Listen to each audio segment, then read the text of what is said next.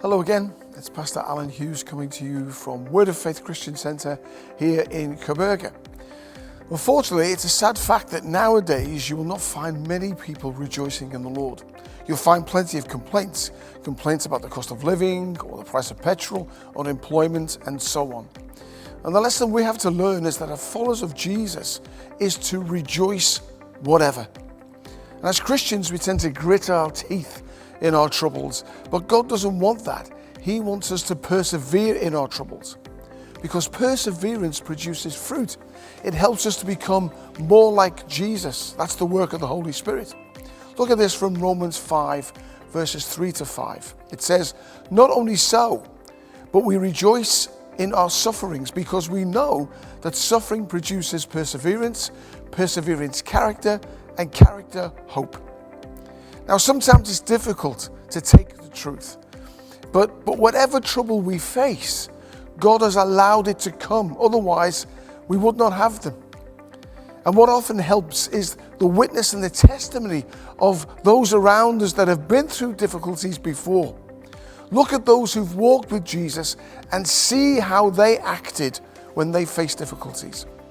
Hebrews 12 verse 1 says this, "Therefore, since we are surrounded by such a huge crowd of witnesses to the life of faith, let us strip off every weight that slows us down, especially sin that so easily trips us up, and let us run with perseverance the race that God has set before us." Rejoice whatever. We are destined to be overcomers, but we can't be overcomers unless there's something to overcome. And when there is, the book of James tells us to count it pure joy. So rejoice.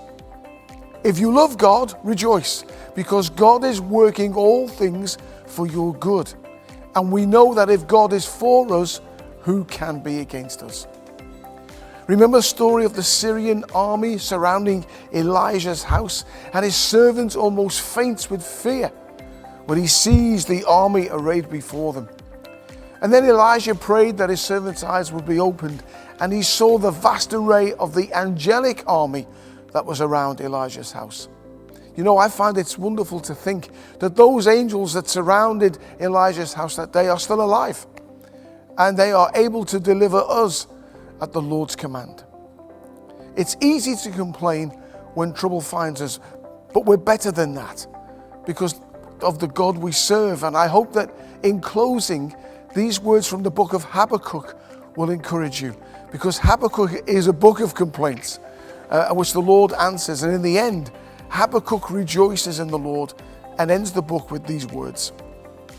"Even though the fig tree has no blossoms and there are no grape upon the vine, even though the olive crop fails and the fields lie empty and barren, even though the flocks die in the fields and the cattle barns are empty, yet I will rejoice in the Lord.